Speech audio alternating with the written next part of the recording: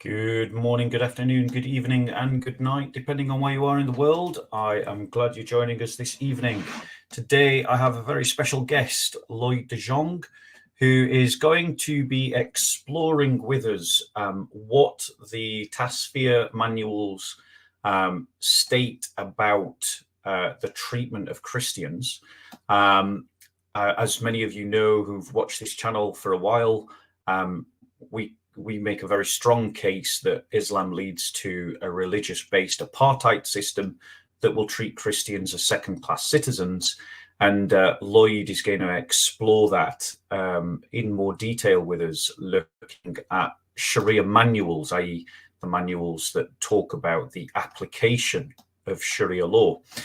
He's made a great impression in this field of polemics and apologetics because he's brought increasing attention to these Sharia manuals, which is really going to, I think, shift the debate in a big way around this topic. It's going to be the sort of the bat that hits the ball out of the park kind of thing, and demonstrates comprehensively and completely that when Christians talk about dimitude and the apartheid system of Sharia law, that we're not making it up, that it's not propaganda. We're literally taking it from the pages of their own Sharia manuals that describe about how Sharia law should be applied. Now, it's no mistake that I know for a fact that me and Lloyd disagree on certain points. So you might see a bit of pushing backwards and forwards between me and him on certain things. But I respect the research that he's done. I respect his contribution to the conversation. And that's why I'm so happy to have him with us this evening. So without much further ado, how are we doing, Lloyd? Well, thank you. Thank you for having me on, Bob. Much appreciated. Long in the making. Yes. I definitely close to a year, you know. So that's my fault. I think babies have been made and born in less time than it's taken us to actually pull this together. Not for the lack of talking. I remember the first time that I got an email from you, the sort of energy with which you came into this world, and you just kind of exploded with a burst of energy. And, you know, the more that people have been exposed to your research, the more concrete it seems. And today, obviously, we're going to be talking about dimitude and the treatment of Christians under Sharia law. So with that, I'll let you get the ball rolling, and we'll just kick off from there. All right. Yeah. So thank you all, and to the audience, thank you all for being here. Please keep an eye on the comments, Bob, in case there are any questions that we can address, because I do try to answer questions. And thank you all for being here. So perhaps I should do just a brief overview of what Sharia is, because there's a great deal of confusion about it. So rather than go through a presentation on it, I'll just give a few points, and if there's a need to, I can always go and refer to a source. We've been familiar with the Quran and the Hadith for a long time. However, we are all aware that the Quran is abrogated. We're also aware that there are numerous contradictory Hadith, and although few people are aware that the Hadith themselves are abrogated, even fewer people are knowledgeable of the fact that the Hadith can abrogate the Quran, and that the Quran can abrogate the Hadith, because a newer Hadith abrogates an older Hadith, a newer Quran verse, abrogates an older Quran verse, but a newer Quran verse abrogates an older hadith, and a newer hadith abrogates an older Quran verse. Hence, you've got the 5 prayers, which comes from the hadith, not the Quran, and so on. Now, most of us are familiar with the Quran hadith, and Muslims always want us to talk about this. The reason that lay Muslims talk about the Quran and hadith is there are numerous reasons, but the simplest is that the lay Muslim is not allowed, he's legally not allowed, and it is treason, it is blasphemy for him to reveal the Muslim law. It is a weakness, it is the secret of Islam, and they can be killed for treason for doing so. But also it's an embarrassment to Islam, and they're not allowed to do anything to embarrass Islam. Now, also, these Muslims are at the lowest level of knowledge of Islam, which is called the Ibarah. So they are not allowed to step outside of their bounds. They're not allowed to swim outside of their swim lane. Now, if you think of a house, you might say, you think of the Quran as the plan of the house. The Quran is not the house. The Quran is the plan. That's the draftsman's plan. Or if you think of a cake, you've got maybe sugar, milk, and you've got butter and flour that make the cake. The Quran is the flour. The Quran is not the cake, because Islam claims to be a civilization. It has a legal system. It has lawyers. It has courts. There are Sharia courts. None of the detail of this is found within the Quran. So all of this is exegeted, all of the confusion as to which hadith is still valid, which Quran verse is still valid, how do we interpret this, all of this confusion, the tafsir, where do they fit into this, and so on and so on. All of this is finally clarified within the Sharia. This is the final understanding of everything that is Islam. The Sharia took about 900 years to finally produce, and it is the final interpretation by the greatest scholars of Islam. And this is where, for instance, the Quran has like one verse on amputation of hands. We can go into the Sharia manuals of the schools of fiqh, or the madhabs as they are called, and there you can find 50, 60, 70 pages detailing exactly when you cut off the hands, how you cut off the hands, whose hands you cut off, how long you wait, what the court procedures are, what the criminal penalties are, and so on and so on. You can go, none of this is in the Quran. So you have one verse, but you can have dozens and dozens of pages within the Sharia explaining these things. So that's a brief, hopefully, understanding. Does that make good sense to you, Bob? Yeah, so essentially what you're saying, I mean, there was a couple of points in there that I would quibble maybe on another day, but I don't want to get bogged down in the minutiae of what you've said, because the main point I want to focus in is that. But yeah, what you're saying is that we have these manuals, and these manuals go into explicit detail about how you apply principles from the Quran and the Hadiths, and they form the bulk of what Sharia law is. Correct. And yes, that's a fairly good summation. Yes.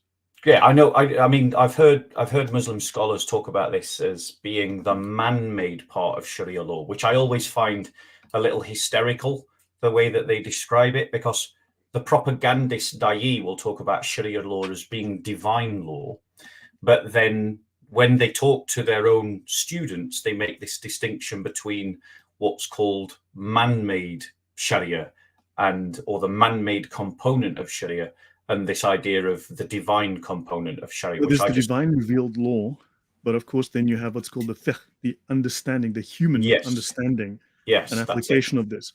It should be noted that the word dawah correctly translates as propaganda. The word dawah does not translate as proselytizing, does not translate as preaching.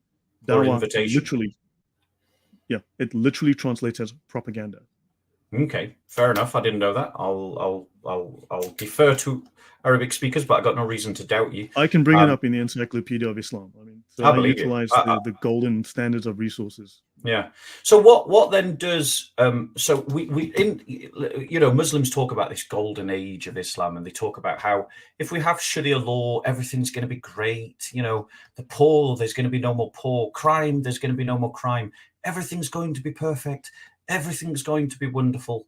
This is the sort of a characterization of the selling pitch of your typical Islamist and your typical dawagandist. I've often argued, like, okay, that's what you say, but Christians are going to be turned into second-class citizens. So what exactly do these manuals? Well, let's first ask this: how important are these manuals to Muslims?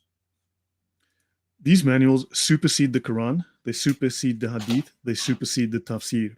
They are superior to these manuals. They're superior to these sources. Now, the Hadith are abrogated. The Quran, we know the verses are abrogated.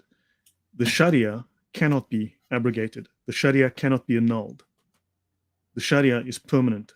So the Quran is abrogated, the Sharia is not. The Sharia is the final understanding of Islam. It cannot ever be abrogated or replaced.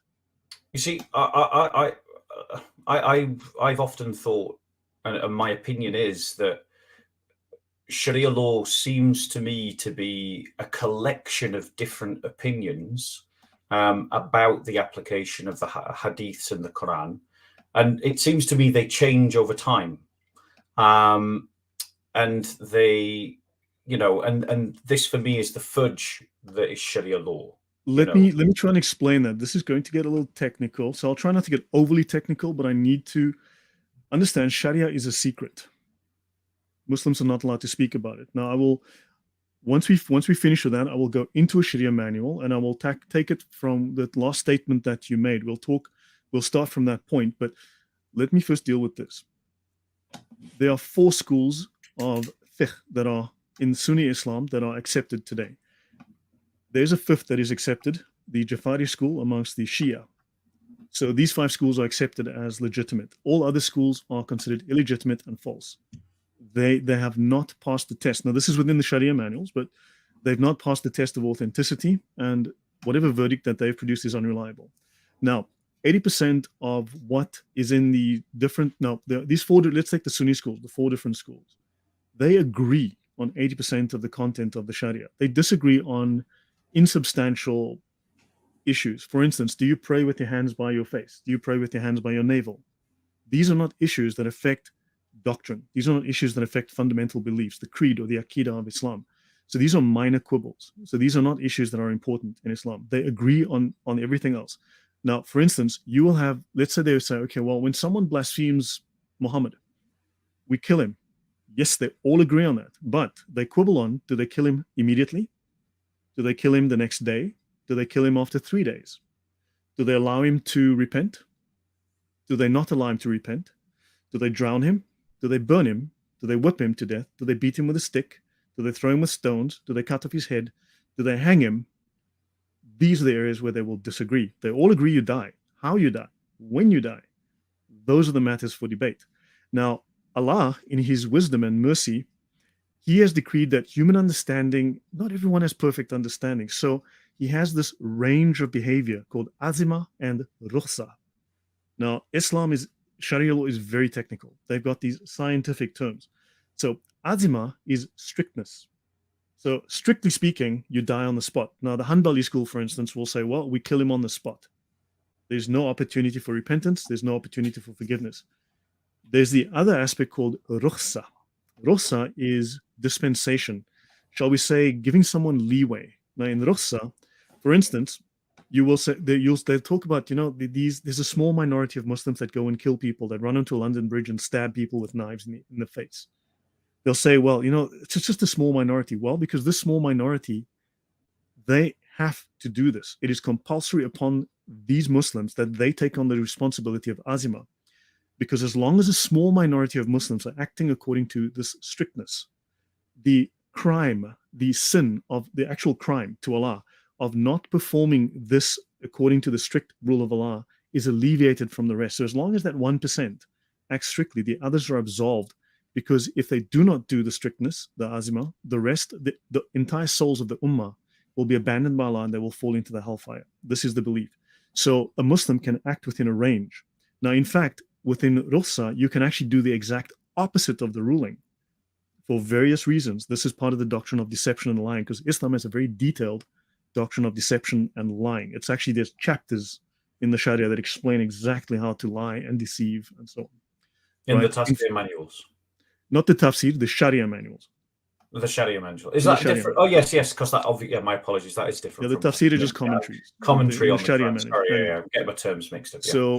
So in fact, Allah still rewards you, even if you do the exact opposite, because, Allah allows you to get away with things and we can go into that. I can actually bring those up and we can look at that. But understand there's this range of behavior that is permissible within Islam. So you can literally violate Islamic doctrine and still receive reward from Allah because you've fooled the unbeliever, as long as faith was in your heart and not, even if your actions were contrary to Islam. Hopefully that clarifies. So let's start to let's start to zoom in before we go too far into the weeds. Let's start to zoom in terms of the treatment of Christians under Sharia law. So let us imagine for a second. Well, look, we're not imagining. Let's look at what the fiqh manuals said about the treatment of Christians under the last time that Muslims dominated Christians. Now, these fiqh manuals, where are they coming from? Under which sort of Islamic rule are we getting them from? There was a huge amount of confusion. So they had to clarify the confusion. They had to say, look, what is the doctrine? Sorry, which empire? Which empire or what time period are we talking about? You had the Umayyads and then came the Abbasids. So really, okay, if you go to the middle of the 10th century, so roughly the 950s, this started to take shape. The whole framework was developed. But the fiqh, the Sharia, the fiqh, I mean, Muslim scholars use the two terms interchangeably. They each have a specific meaning, but they tend to be used interchangeably. So you're saying it's 9th or 10th century documents? Middle of the 10th century, you've now got an established legal system, but it's not a finalized or completed legal system. Yeah. This legal development really largely is capped at the beginning of the 12th century by the 1111, more or less. But it's really only completed as the Islamic empire grew and expanded and evolved. It had to make additions. It had to borrow additional ideas. And so one of its fundamental bases is taken from Jewish law, which is a theocracy as well. But of course, it's very different. Now, it drew a lot from the Talmud. It plagiarized the Talmud, but it inverted the Talmud. And I know that the Talmud's a controversial issue, and most people have no idea what they're talking about with regards to that. But that's a separate issue. They borrowed from a number of different sources. But the Sharia really only finished getting. Well, the last manuals were probably written in the 1500s. Okay, so so we're using an example from the 10th century. So we're using a real Islamic example at a time that Muslims celebrate as the golden age of Islam. Okay, let me bring up something that you mentioned. What do they do? Yeah. Wait. So now the question is, I want to start focusing in now about how do these Sharia manuals, how do these fiqh manuals describe how Christians should be treated? That's what I want to start to zoom in, because we're talking about an example from a golden age of Islam that's celebrated by Muslims as a high point in their history. And what do the manuals of that period say about the treatment of Christians? Okay, so let me make one clarification, then I will answer your question. Islam is a deen. Now, I know the focus today is talking about dimitude and jizya, so I don't want to delve off too far into Sharia itself. I'd like to keep it as relevant as we can to the topic we decided upon. But Muslims call Islam a deen. Christians translate that as a convenience into a religion. Islam does not call itself a religion. I need to repeat that. Islam does not, in Arabic, call itself a religion. It calls itself a deen. A deen is a political system. The word deen is defined within the Arabic dictionaries. If you look at the Al-Qamus al-Muhit and the Lisan al-Arab, the two most famous and most complete and most authoritative Islamic dictionaries, as a political system which is based on domination, subjugation, and violent political control. It is totalitarian.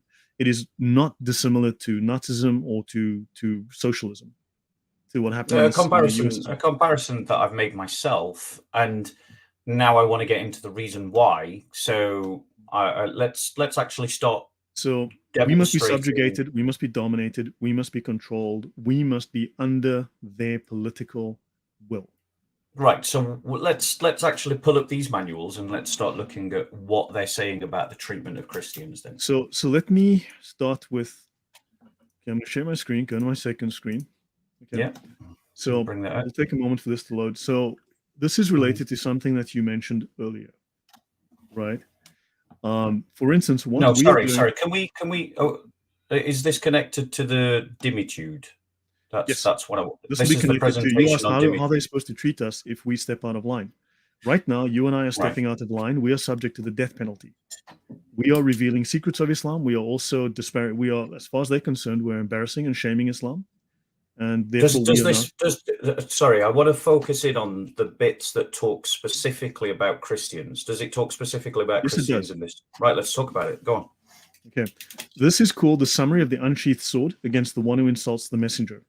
Now, insulting Muhammad does not mean that you said he was a low IQ dimwit with a peg leg.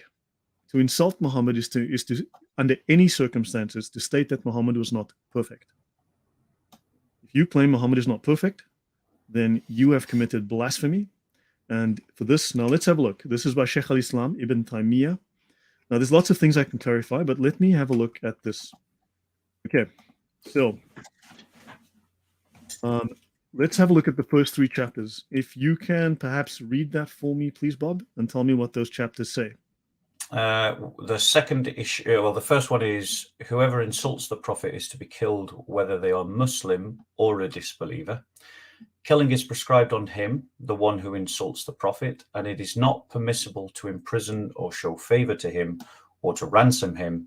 Any Muslim or non-Muslim who insults the Prophet is to be killed, and repentance is not sought from him. Now, just before you get into that, it's talking about equal punishment for both Muslims and Christians there. So that's not an example of... Muslims will be given exemption from this because the laws... Can you demonstrate that?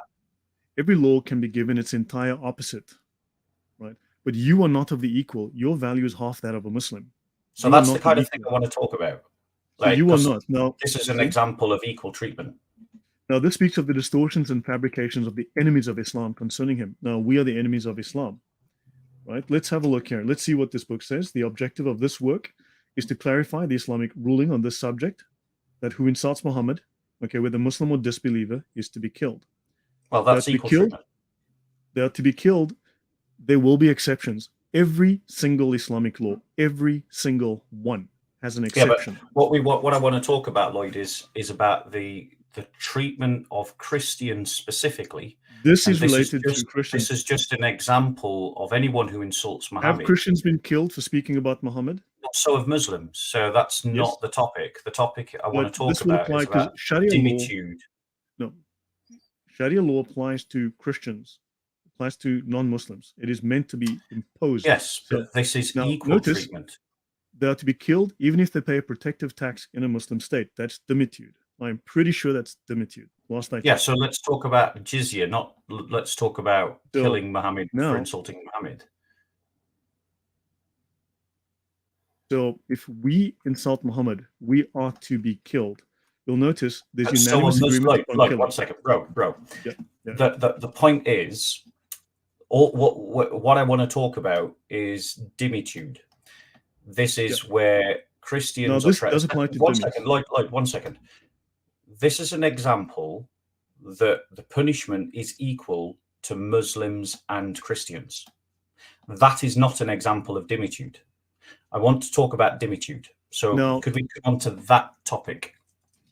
They will apply the laws differently. When you go to other resources, look, we need to, as you go through these various sources, you will find... So, if you're going to say, if you're going to say that this is going to be applied differently, prove it. Yeah, so can we do this step by step, piece by piece, go through Lloyd, what we agreed was to talk about dimitude. That's what I want to talk about. So can we go to dimitude and talk about Yes, we can, but... And let's go to that. Muhammad, we've seen that. And I want to talk about the dimitude and how Christians are treated under Islamic law. This example that you're giving, it's clearly stated right at the very beginning.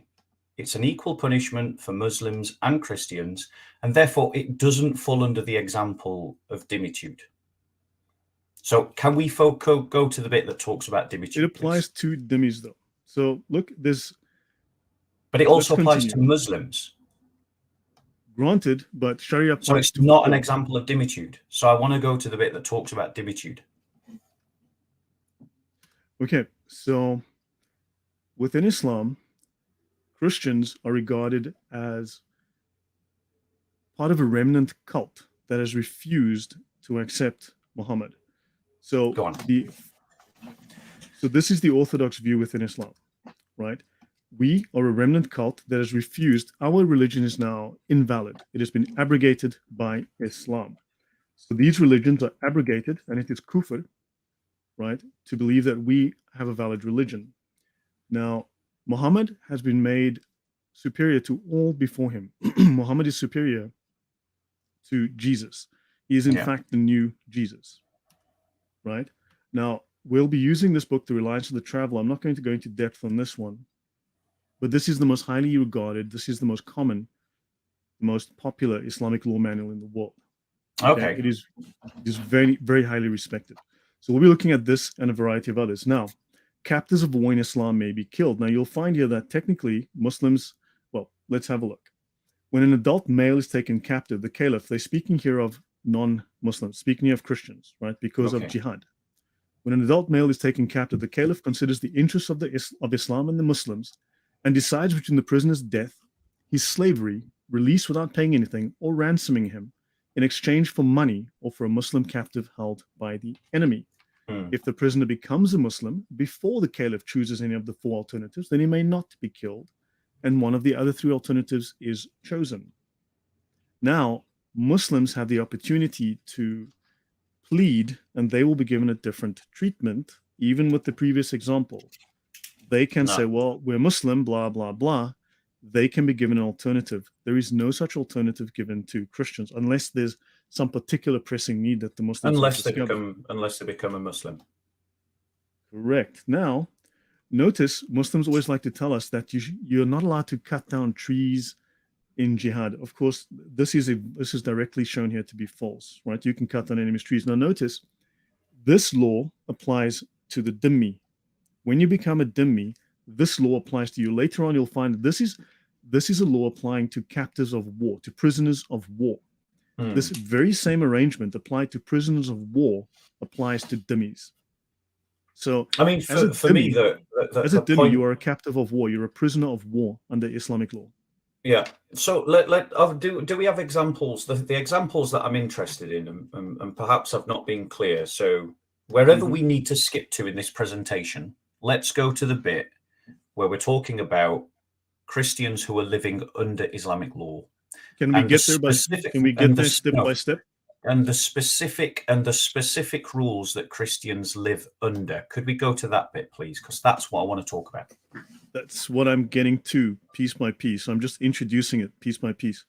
So now notice these are the duties of the caliph. Islam must spread freely in non-Muslim lands, including the use of force. So Christians are to be treated violently if they prohibit the spread of Islam.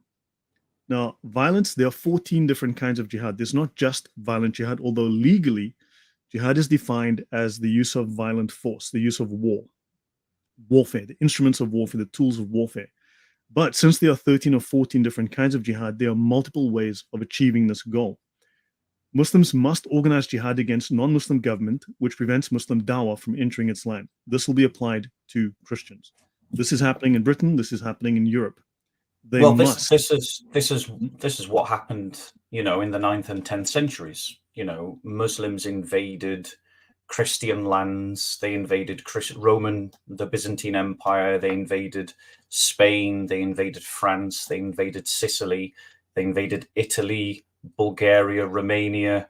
And you can see now why there is this long history of jihad, 7 centuries of jihad before even the First Crusade was launched. Right. Now, so jihad is defined as warfare upon Jews and Christians to enforce Islam. That is the legal definition of jihad. It is the use of warfare to force Jews and Christians to become Muslims. Now, the word capitation. So let's look at the word jizya. Jizya means capitation.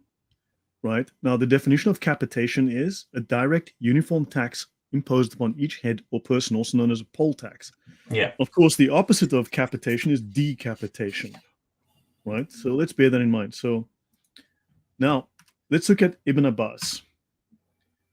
So they speak here of fight against such of those who have been given the scripture, the Jews and the Christians. So we have to be singled out. We have to be fought. We have to have Islam imposed upon us by persuasion or by force. And forbid not blah, blah, blah. So now we have to be noticed. We have to be brought low, abased. Now, most of the time, obviously, people are going to reference the Quran or they're going to reference the Hadiths. Now, let's have a quick look into the Sharia. How are these ideas taken and formalized into the legal system of Islam? When they replace the West, when they replace the Western government, they're going to put in an Islamic form of government. This deen is going to take over. They're going to have Muslim courts. They're going to have Muslim laws. They're going to throw out the Western law books. They don't want Western law. They want the Sharia. So let's have a look here. This is the Hidayah, and we'll go into more detail. But to introduce this, the Hidayah is the most famous. It is the highest manual in the Hanafi school of fiqh, which is the largest of the four schools. Yeah. They speak here of capitation tax is not incumbent upon Muslims. Capitation tax is a species of punishment. It is inflicted upon infidels, and you, Bob, are an infidel on account of their infidelity because you didn't worship Allah. Whence it is termed jizyat, which is derived from jizya, meaning retribution. Now, it's very nice that the dictionaries are happy to tell us just before you jump off that, because I think we should sit on that for a minute. Yes, because but notice that I want to say the propaganda is always that it's just a tax. Muslims want to tell you it's just a tax. When you go to the Sharia, you suddenly get a completely different picture. Okay, so yeah, I think the thing that people need to recognize very clearly in this is that often the Dawagandists, when you quote at them the verse 929, they'll try to counter by saying, look, this is just defensive war. It's only if you attack Muslims. It's only if you do something against the Muslim community, then of course we've got to defend ourselves. But as you're demonstrating, it's actually seen as an offensive war. It's something to carry out war against other people's lands and then to punish them through attacks that targets them specifically because of their religion. Now, if Yes. someone was to propose that in a political party today, let us punish the Muslims for all of their many crimes, and I put that in quote marks because it's not a real statement, and then let us impose upon them a punishing tax, the progressives would be in outrage. And yet here we have a Tasfir manual from Sharia the golden manual, age. not a tafsir. Yes, I keep making that mistake. A fiqh manual from the golden age of Islam, talking about a retributional tax put upon people because of their beliefs. And I don't think many people appreciate this point, and that's why I just want to pause on it so it sinks in. Please continue. So understand, you need to change the way you think about some of these things. Previously, I showed you this other manual that discussed the punishment. Now, what you are doing right now, what we are doing right now, is a crime in Islam. We are revealing something that is embarrassing to Islam. It is embarrassing to Muhammad. It is embarrassing to the Muslims. It is a crime. It is punished by death. So that book that we just went through earlier, these laws here, what I brought up here will now apply to you and me. See, because we are now insulting Allah and His Messenger, because we are embarrassing Islam. The only reason why I push back on this, and I don't think it's particularly relevant, and I don't want to get bogged down this, Lloyd. I really don't. I want to talk about what we said we were going to talk about, is what Sharia law specifically says about the treatment of Christians.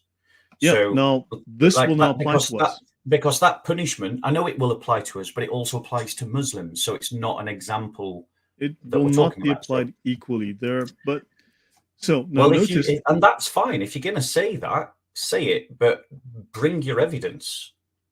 Don't just say that, oh, it won't be applied equally. Show me that it won't be applied equally. We'll go through this. Well, I have, look, I've got 60 slides and I've got about 100 pages of data. So would you like me to go through it step by step, or shall I just sort of read it in one step? And I'd like us to go to the bit that talks about how Christians are treated under Sharia law. That's the bit I want to talk we're about. starting with this. We've got to start somewhere. We have to end somewhere. We have to do this jizya is fine.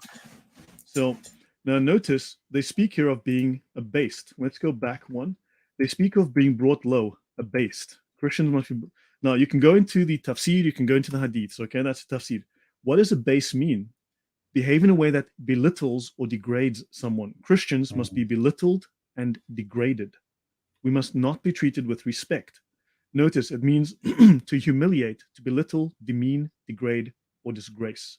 Because we do not deserve honor. Yeah. We do not deserve respect. Let's have a look at the conquered subject, the dhimmi. The prisoner of war laws that we looked at earlier, those apply to a dhimmi. A dhimmi is technically is a prisoner of war. He is therefore subject to these laws that would apply to a prisoner of war. Because he's not just a kufr. Well, he's just not a kafir. He's also a kafir of war, right? So now, chapter 011, within the Islamic manual, The Reliance of the Traveler, non-Muslim subjects of the Islamic State, the people of the Dhimma. And we see here now, this is a contract. Now, Islam does not have priests, it has lawyers. People don't realize Islam does not have priests, it has lawyers, right? Islam does not have a moral system of right and wrong. It is a system of legal and illegal. It has laws and contracts. So a formal agreement of protection is made with citizens, a contract, who are Jews and Christians. When they say non-Muslims, they mean Jews and Christians. Mostly they mean Christians. Now, notice this doesn't apply. As for the pseudo-scriptures of cults that have appeared since Islam, such as Sikhs and Mormons, they neither are nor could be a book. So therefore, they are not considered people of the book. They're even a third category. They're a third-class citizen. You become a second-class citizen. These guys become a third-class citizen. Atheists are lumped in with this lot as well. Okay, such an agreement is with those who have a sacred book, right? Such an agreement is only valid when the subject peoples follow the rules of Islam and those involving public behavior and dress. Okay? And of course, whatever you do must be done quietly, privately, with not seen by Muslims. But if you're in the Muslim state, and even if you are living in your own state, they need to impose the Sharia on you. They must try their hardest. And we must pay the non-Muslim poll tax, the jizya. And you've realized it's not a poll tax. It is a punishment. It is retribution.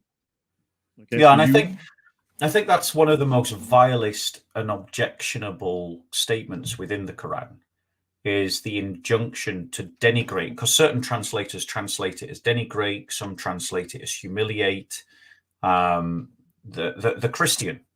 And this is the point. When the Nazis oppressed horribly the Jewish people and turned them and denigrated them by sticking them in ghettos and making them wear yellow stars and things like this, we rightly condemn that.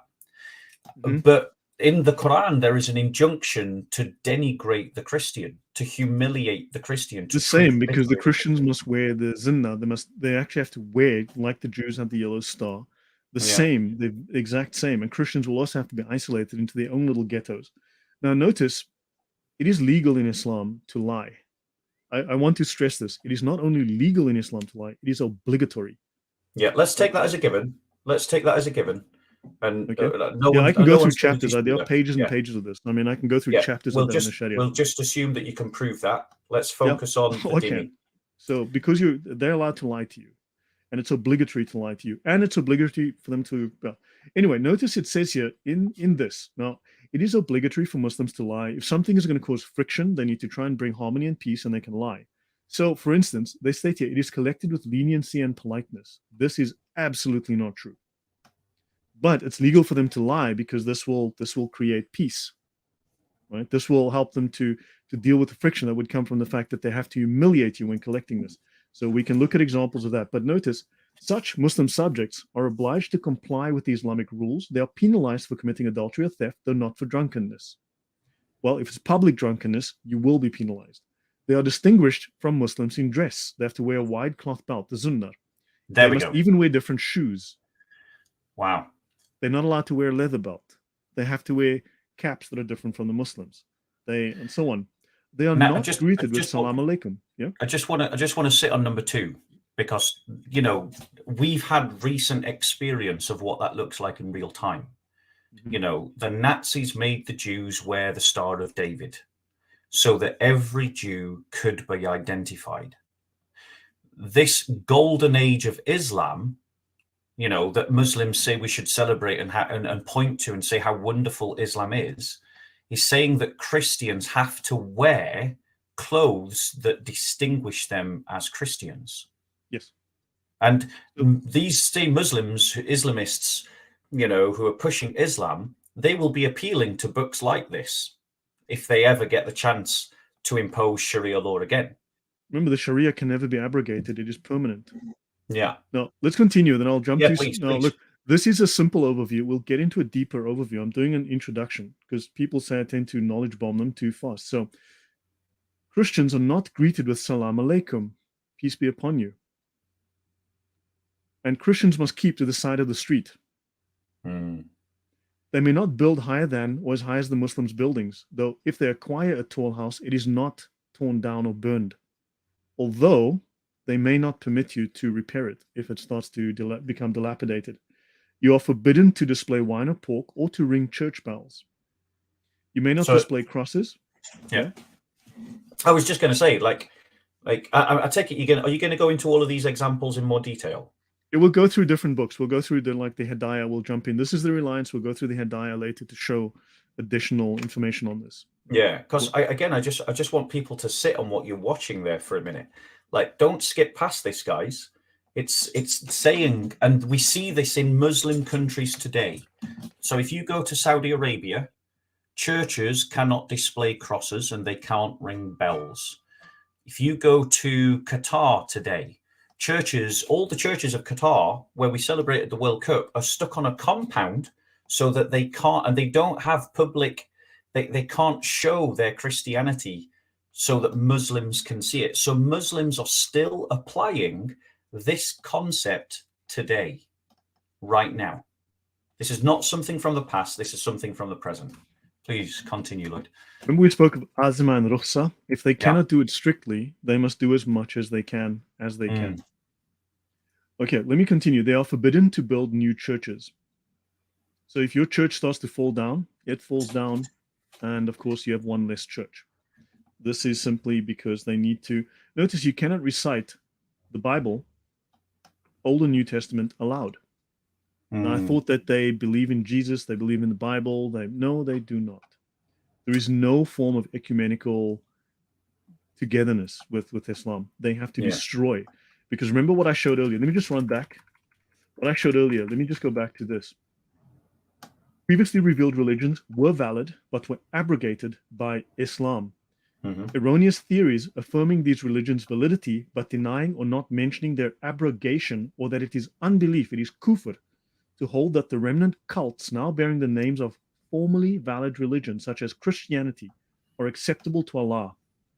This is a matter over which there is no disagreement among Islamic scholars. Islam is the final religion.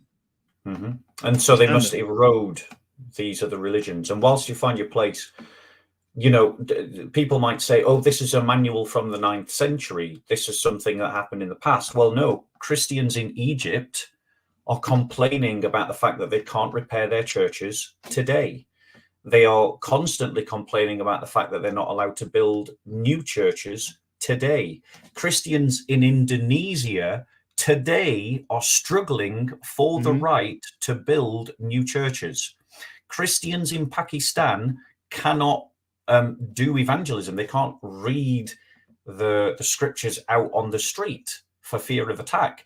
So please, you progressive apologists, you enablers of the Islamists, Lloyd might be reading a 9th century manual, but his examples are still happening right now today in the world. This is Allah's permanent, perfect, sacred law. Yeah. It is eternal. Let's continue. So we're looking at the reliance of the traveler here. All right. So if non-Muslim subjects of the Islamic State refuse to conform or to pay the Muslim poll tax, their agreement with the state has been violated. Your contract has been broken. When a subject's agreement with the state has been violated, the caliph chooses between the 4 alternatives mentioned above in connection with prisoners of war. The dhimmi is subject to martial law. So we're seen as captives. within the Correct. Islamic State. Yeah. Correct. That's exactly the case. Let's continue. The Dhimma, on condition of the acknowledgement of the domination of Islam.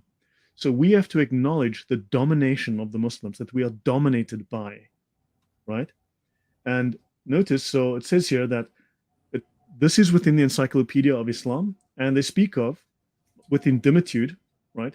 Fight those who do not believe until they pay the jizya, right? Which would imply that after they'd come to pay, there was no longer reason for fighting them. Then they must simply maintain that legal status. So there are dues demanded from Christians and Jews for the non-adoption of Islam, right? This is why we are paying. Now, let's look at the penalties for fornication and sodomy. The legal penalty is obligatorily imposed upon anyone who fornicates or commits sodomy. Now, that's what it says. Now, how it's applied, that could very well differ. Understand? No matter whether the person is a Muslim, non-Muslim subject of the Islamic State, or someone who has left Islam. Let's just say that we can show you some other stuff that says, actually, no, doesn't apply equally. They will give special treatment to Muslims and non-Muslims. They will give them a treatment differently.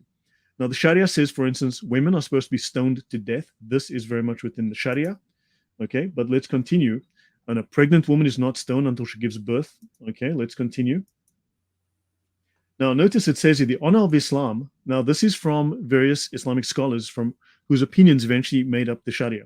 The honor of Islam lies in insulting kufr and kafirs. One who respects kafirs dishonors the Muslims. The real purpose of levying jizya on them is to humiliate them so that they may not be able to dress well and to live in grandeur. They should remain constantly terrified and trembling. It is intended to hold them under contempt and to uphold the honor and might of Islam. Could you just zoom in on that so people could see it? I don't know if you sorry can. about that. Yes, my bad. Yeah. Yeah. So this is Ahmed Shindi. Sufi saint. It's a Sufi saint. Okay. Yeah. He's a Sufi. Yeah. So. Yeah. Because lots of Westerners think that the Sufis are the nice part of Islam. No, they're not. I know, no, they I are. know. Sufis are actually the highest scholars within Islam. They are actually the highest of the scholars. No, they are. They're at the top of the pyramid. That would be one of those points that I quibble with, but I don't want to quibble with you now. There are 4 levels in Islam. There's the Ibara, the lowest level, which is the level of basic knowledge. Let's focus on this bit. Then this is where we agree. The Sufis sit on top. Their knowledge puts them right on top, because there's a status, a caste system within Islam. Yet the word dhimmi is derived from an Arabic root that means guilt or blame. Right? So now they speak of safeguards that can be extended to protect the blameworthy. That is just really propaganda speak. Right? They're not protecting us. The mafia also protects you.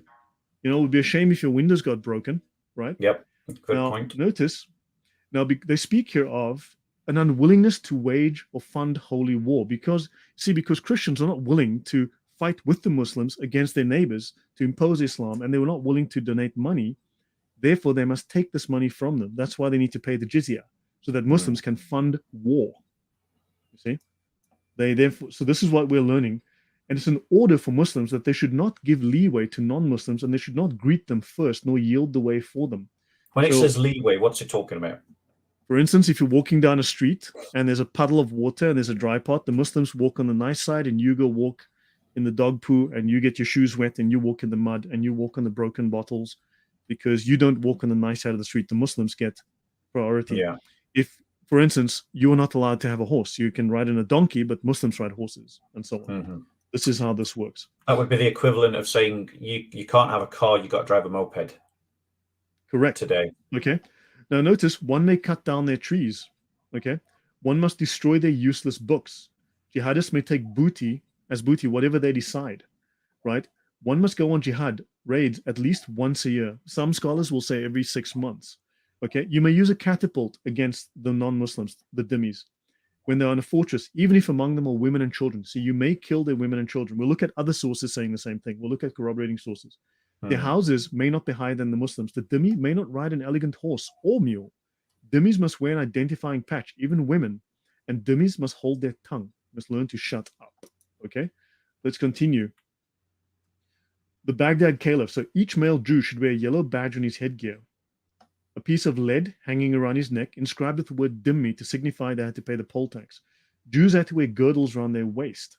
Okay, they had a small brass bell, a woman, on her neck or shoe to announce separation of Jewish women from Gentile Muslim women. He assigned cruel Muslim men to spy upon Jewish women, to oppress them with curses, humiliation, and spite. The Gentile population mocked all the Jews and the mob, their children, and they beat up the Jews in Baghdad. Now, this happens to Jews, but it also happens to Christians in Iraq and happens in Egypt. This is the same treatment that is meted out. The dhimmi is obliged not to mention Allah or his apostle. Again, back to the book where if you talk about them, you're insulting them, you must be killed.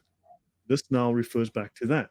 The dhimmi must hang his head while the official takes hold of his beard and hits the dhimmi on the bone beneath his ear, the mandible. And they go on. He must grab his throat and shake him. The dhimmi must leave there scared. This contradicts the official stance earlier that we saw that the jizya is collected with politeness. So is this particular instruction? Where's this from? Al-Ghani. This is Al-Ghazali. Now, Al-Ghazali. Yeah. Is considered the highest scholar in Islam after Muhammad himself. He is the highest scholar. He's got the title of the Hujjat al-Islam. The Hujjat means the proof of Islam. He is the proof of Islam. He proved Islam to be true. He defeated the arguments of all comers who wanted to deny the truth of Islam. And he's talking here about the collection of the jizya, how he thinks the collection of the jizya. There are different sources. Look, you can find plenty. They'll tell you about they've got to grab you, shout at you, scream at you. Yeah. It's not collected politely, right? Yeah. I've got some other sources I can go through later. I mean, even if it was, it's still a derogatory tax that's designed to humiliate us. Yeah, but notice they say they have to grab you and slap you in the face when they take your money. Yeah, yeah. Right? I have heard Muslims talk about collecting the jizya in that way. So even today, I've heard Muslims talk about how that should be done. And they're excited about it. This is the Kitab Futuh al-Buldan, the origins of the Islamic State. This is an Islamic book. And notice it tells us here, you have to sell your children and wives in order to pay the poll tax. If you cannot pay the poll tax, if you cannot pay the jizya, a man is forced to sell his wife and child. Yep. And where did we? And this is what we're talking about with the Janissaries. So the Ottoman Empire was doing this for centuries. You know, people talk about the European slave trade. Well, we had an Islamic slave trade in Europe, where Christian children were being taken for payment from poor families who couldn't pay the tax. Yeah, I mean, people complain about 500,000 slaves that went from West Africa to America, which includes Canada. I mean, 3 million people got taken from Bulgaria alone. Mm-hmm. Right, that's just Bulgaria. I mean, it's insane how many people were taken. So its people came to terms stipulating that their lives, property, and children be safe, agreeing to pay the poll tax. At last, they capitulated, agreeing to pay the poll tax or be evacuated, or be thrown out of their house. Yeah. Right. So there are penalties for this. It's not just a tax. There are penalties for this. Let's have a look. The word mafia, we'll skip that. Just a quick question. The book that we're quoting, the book that you quoted, The Origins of the Islamic State, when was that dated to? No idea. This one would probably... We're not talking about ISIS when we're talking about this, are we? We're talking about one of the previous Islamic. So we're talking about one of the golden empires of Islam, one of the nice empires of Islam. Most likely. Yeah. Go on. No, look, these are authoritative. These tend to be authoritative. Oh yeah, I believe you. Okay. Let me talk about now. Now, this is the objectives of jihad. Okay, this is from the legal definition of jihad. This is from this particular manual. Again, we'll go to others. The caliph makes war upon Jews, Christians, and Zoroastrians. Ignore those guys, provided he has first invited them to enter Islam in faith and practice. Now, and if they will not, he must invite them to enter the social order of Islam by paying the non-Muslim poll tax. Now, while it says this here, remember, every single Sharia law, every single one can be violated, can be broken, can be inverted if they have a reason. There's not a single law that cannot be broken in Islam. Right? Now, the war continues until they become Muslim or they pay the non-Muslim poll tax in accordance with the word of Allah. So Muslims are required. Jihad is not an option. Jihad is obligatory. And they mention here now, when the Sharia mentions the Hadith or the Quran, then it tells you that verse is not abrogated. That Hadith is not abrogated. It's still valid. That's authoritative. And they tell us, Quran 9:29, fight those who do not believe in Allah until they pay the poll tax. Now they explain it here. Yes, this is most definitely for sure. Fight them until they give you money, right? Now let's look at Jami at-Tirmidhi, right? So let's have a look here. The chapters on military expeditions, jizya. So they should not give leeway to the non-Muslims, okay? And the Muslims were only to humiliate the Christians. Now, this is the chapters on military expeditions, right? And notice that when one of them is met on the path, the Muslim is not to yield, is not to give way. Christians must give way to the Muslims, because doing so would amount to honoring the Christians. And you cannot honor these enemies. These lowly dhimmis cannot be honored. And of course, if they refuse to pay the jizya, then seek aid from Allah and fight them. So these are the sources that eventually feed into the Sharia. Yeah, because the first line of that is, in normal conditions, when Muslims are in power and they are not living as a minority and they are not under any compulsion or subjugation. It is very small, so it is an order for Muslims that they should not give such leeway to the non-Muslims. So it's talking about the treatment of Christians under the Islamic State. Yes. And when they do not have political authority, then they got to play nice. But the moment they have political power, the moment they have control within a social area, then they are to enforce these laws. Yeah, and this is the point, brothers and sisters in Christ, that, you know, one of the reasons why I wanted Lloyd to come on and talk about this is because our politicians are spinning us a lie. They're spinning us an unfactual fiction based upon their own ideology, not based on any actual research. This is what Muslim manuals talk about the treatment of Christians looking like. So this is what our future is under Islamic law, and you can find current examples of the same right across the Islamic world today. Yeah. Now, notice that I'm using here these tafsirs and these various other sources and so on, because these obviously feed into the Sharia, right? All of these were what was still authoritative, what was not abrogated, fed into the Sharia. And after the Sharia, anything that comes out is based on the Sharia.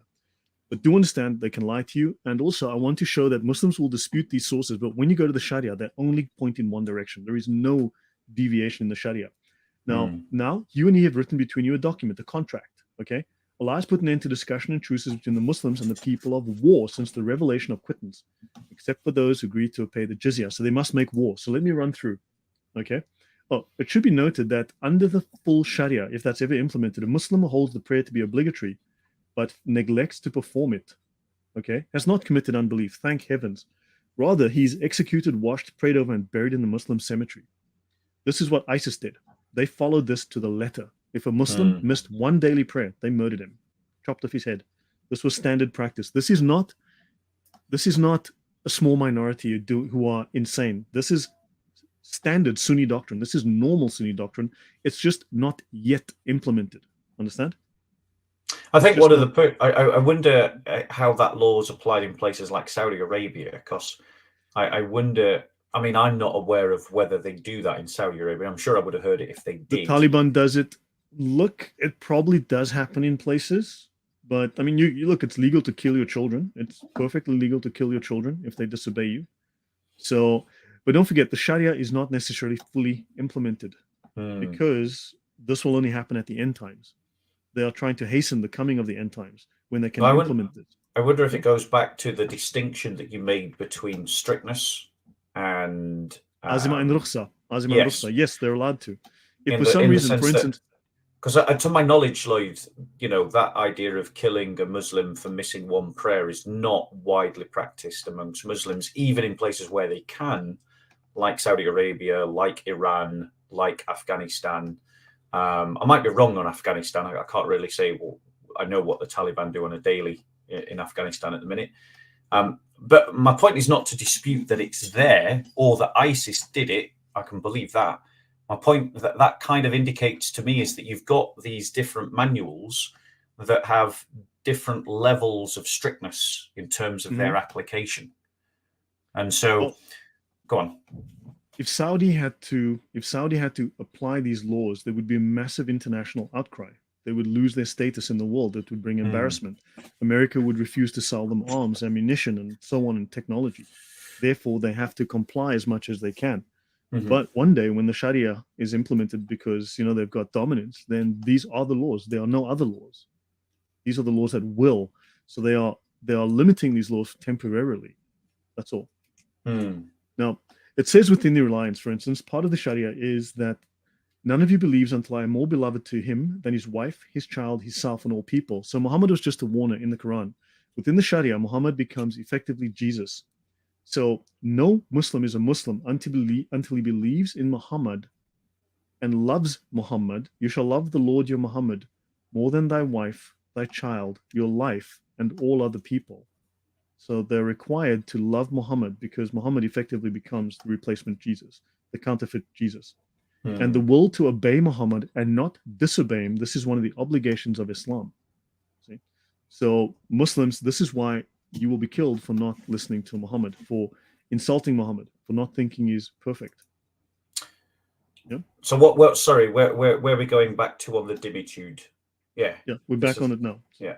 So when the Muslims conquer non-Muslim land, this is Islam QA, they will first invite those people to Islam because of the narration of Ibn Abbas. Okay, great. But we'll show you in another Sharia manual how they contradict this completely again, right? If they refuse, they will be asked to pay the jizya. If they refuse this, the Muslims fight them. This is also substantiated by the Quran. Fight against those who believe not in Allah. Islam QA is confirming what we can all read for ourselves. Okay? And those who acknowledge not the religion of truth, Islam, the religion of truth means that Islam is the deen ul-haq, the religion of truth. Christianity is the deen al-batil. Al-batil means worthless, void, replaced, abrogated, finished. Al-batil is also one of the names of Satan. So we are the abrogated, void, worthless religions of Satan in Islam. You often hear Muslims say, if you insult Islam, you insult all Muslims. How can you love Muslims if you insult the whole of their religion? And to which we say that we separate the religion from the people. But yet here they are in their, and Islam QA, that's a Salafi website, isn't it? It's the largest Islamic advice website in the world. Gets up to 400 million visitors a year. I mean, they're talking to somebody. All right, so that's more than there are Salafis in the world, for sure. That's for sure. Yeah, so it's obviously been frequented by not just Salafis, but the point is that it's doing Islam. The Muslim scholars are doing exactly what Muslims object to Christians like me doing. Deriding the whole religion, saying that it is worthless. But then if we do it to Islam, that's wrong. But if they do it to us, it's totally acceptable. It's the death penalty if we do it. And notice Mufti Ibrahim Desai is South African, by the way, like I am. Now this guy says, I have a question about offensive jihad. So at some point, I want to switch over now to another different manual. And okay, does it mean that we have to attack those non-Muslims who don't do anything against Islam because we have to propagate Islam? And he says, yeah, okay, blah, blah, blah. For the sake of Allah includes the propagation of Islam and the extermination of those hindrances which impede the progress and expansion of Islam. These scholars are telling us exactly what the Sharia says. So, okay, so they tell us here that Muslims believe that the person who doesn't believe in Allah, as he is required to, is a disbeliever. Thus, the primary responsibility of the Muslim ruler is to spread Islam throughout the world. And if a country doesn't allow the propagation of Islam or creates obstacles, then the Muslim ruler would be justified in waging jihad against this country so that the message of Islam can reach its inhabitants. So we are now fighting against Islam by not allowing them to have their way with us. Therefore, they are obligated and justified in waging war on us in whatever way they deem fit. And so again, if the kuffar allow us to spread Islam peacefully, then we would not have to wage war. So I just want to point something out that I think is relevant to this, which is, firstly, we've had 14 centuries of Islamic armies trying to conquer Christian lands. The last time Islamic armies tried to conquer Christian lands officially under a caliphate was in 1918, when Ottoman armies marched forward crying out Allahu Akbar against the Christian. Now, the thing is, they're saying that we wouldn't need to wage jihad if you'd let us spread Islam peacefully. But they outlaw the spreading of Christianity in Islamic lands, even done peacefully. So there is a complete double standard in what Muslims expect the world to function as. Right. Notice here, now, this is stated within the Sharia, but now it's within Sunan ibn Majah, and that is true. They're hypocrites. A believer should not be killed in retaliation for the murder of a disbeliever. Okay? Now, they'll talk to us about this, but I want to jump to a different book. So let me run through this, and then I want to switch to a different book. Okay? Let me see.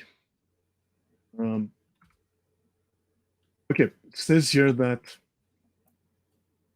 Actually, this is the Hidayah. So let me see. Let me jump to this version of it. I want to bring this up. Let's talk about jihad, then I'll talk about dhimis and jizya from the Hidayah, right? The destruction of the sword is incurred by infidels, although they be not the first aggressors, as appears from the various passages in the sacred writings which are received to this effect. Infidels may be attacked without provocation. Just sit on that, guys. Think about Ali Dawah and Muhammad Hijab and all those apologists that are telling us whenever we confront them with this, they tell us, oh no, it's only in response to aggression. And how many weak-minded liberals have been sucked into that lie? Well, classical Islamic fiqh manuals are telling you that these Dawagandists are performing taqiyya to you. And I might have Lloyd back to talk about specifically the lying doctrine. It's actually called hiyal. The main form of lying in Islam is called hiyal. Yeah. So my point is that we're seeing clear contradiction from manuals written by scholars to the apologetic arguments of the da'i. Yeah. So in the time remaining, let me get off my slides and jump to this, and we'll see. This is now the Hidayah is a book. It has 2,650 plus pages. It is the most detailed of the Sharia manuals. So when you go as an imam to go study to become an Islamic jurist, whatever, sheikh, qadi, judge, whatever, this is the final book you study on because it's the most detailed, the most complete. It's 4 volumes, thousands of pages. Now they speak of jizyat, capitation tax, tithe, and tribute. So let's have a quick look. Let's start here. Now, jizya falls under jihad. Believe it or not, it actually falls under jihad. It's a subsection of jihad. War must be carried on against the infidels at all times by some party of the Muslims. War must be carried on against the infidels at all times by a small minority of Muslims. The sacred injunction concerning war is sufficiently observed when it is carried on by any one party or tribe of Muslims. It is then no longer of any force with respect to the rest. I can get confirmation from other sources as well. Notice they said here that it's a divine ordinance. It is established as a divine ordinance by Allah, who said, slay the infidels, and war is permanently established until the day of judgment. And it is enjoined or commanded for the purpose of advancing the true faith, which is Islam. Again, an explanation of 1400 years of aggression. But what happens to Christians under that when they win? When they win, things go very bad. Now notice it says here, I want to talk about. Okay, if the Muslims did not make war, the whole of the Muslims would incur the criminality of neglecting jihad. Right? And as a consequence of jihad, you're going to have dhimis. So the destruction of the sword is incurred by the infidels, as we see here. Let's continue. Let's run through this then. Let me just go here. My second monitor is pretty far away. Okay. Let me just run through this. So on the manner of waging war. So when the Muslims enter the enemy's countries and besiege the cities or strongholds, okay, it is necessary to invite them to embrace the faith. They tell us, okay, you got to do this. But notice, okay, if they embrace the faith, it is unnecessary to war with them because that which was the design of war is then obtained without war, which is your conversion. The Prophet has said, we are directed to make war upon men until such time as they shall confess the Shahada, right? They should, and if they don't, they must pay the jizya, okay? And if they submit, war is then terminated. Okay, fine and well. Let's continue, and we'll start to see them contradict themselves here. I want to. Can we focus in? Like, I fully get that Islam teaches about jihad, and you've made that point abundantly clear. Yeah, and you've made it a point abundantly clear that that we'll continue straight into dimitude with this. Let's focus on the dimitude bit because that's the bit we're meant to be focusing on. Dimitude doesn't just happen by accident. It's not like one day you said, "Hey, I want to be a dhimmi." Yeah. Of course. Right? I mean, the West, it's a consequence of jihad. France, Netherlands, and England are walking right into it out of stupidity. Now, notice war, but it says here, people will perceive that they are attacked for the sake of religion and not for the sake of taking their property. Right? So they may be induced to agree to the call in order to save themselves from the troubles of war. Now, let's see how differently they will treat us. If a Muslim attacks infidels without calling them to the faith, okay, he is an offender because this is forbidden, you bad Muslim, you. But yet, if he does attack them before inviting them to accept Islam, and he kills them, and he takes their property, there is no fine, he doesn't have to do any expiation, there is no atonement, because that which protects the dhimmi, the Christian, namely Islam, does not exist in them. They have just completely removed all of the previous statements. They say, look, you need to do it like this, but if you don't, if you just murder them anyway and take everything they have, it's okay. There is absolutely no penalty upon you. Yeah. And it's also basically said that the lives and property of a Christian is totally worthless unless they're living as a second-class citizen, a protected citizen. Yeah. So so the Islamic manual is basically saying the life of a Christian and a Jew is completely worthless unless Sharia law is imposed over their heads. That's right. what the Notice. Well, you'll see how worthless. For instance, they will say, well, we're not allowed to kill women and children. It says in the Sharia, in the same manner as the killing of women or infant children of infidels is forbidden. But if a person were to slay them, there is no fine for doing so. Yeah. Understand? Yeah. So now let's go straight to, we'll move on to the dhimmi section. So the Prophet plundered and despoiled, okay? So if they don't consent to pay the capitation tax, they will be attacked, okay? They must be attacked with all manner of warlike engines as is sanctified by the law, sanctified by the holy law. Let's jump through it. Let's go forward, okay? Any kind of slaughter is an observance of a divine ordinance. So in jihad, no matter what you do, there is no war crime in jihad. Yeah. Because atonement is not due for anything which may happen in the fulfillment of the divine ordinance of jihad. Because if you were to suffer a punishment, you may not fight in jihad. You might find yourself not wanting to. So therefore, there is literally no punishment for you for violating any of these laws. Okay, so let's focus on the bit where they win the war. They're now in control of how Christians and then we live. go to the yeah, okay. Let's continue. So let's get to, last thing I'll just mention. Muslims are empowered to make war upon the infidels because the infidels must fear the Muslim. The Muslim is the object of fear, and you will turn to the object of fear to look for protection.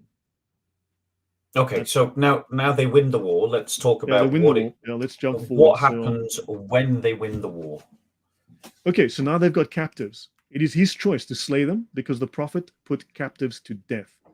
He may notice that because slaying them, killing you as a Christian, terminates your wickedness. You see, your wickedness, your evil way of not following Muhammad and Allah. This terminates your wickedness. And he may make them slaves because by enslaving them, the evil of them is remedied. So Islamic slavery is legal because that fixes your evil. So it's not lawful.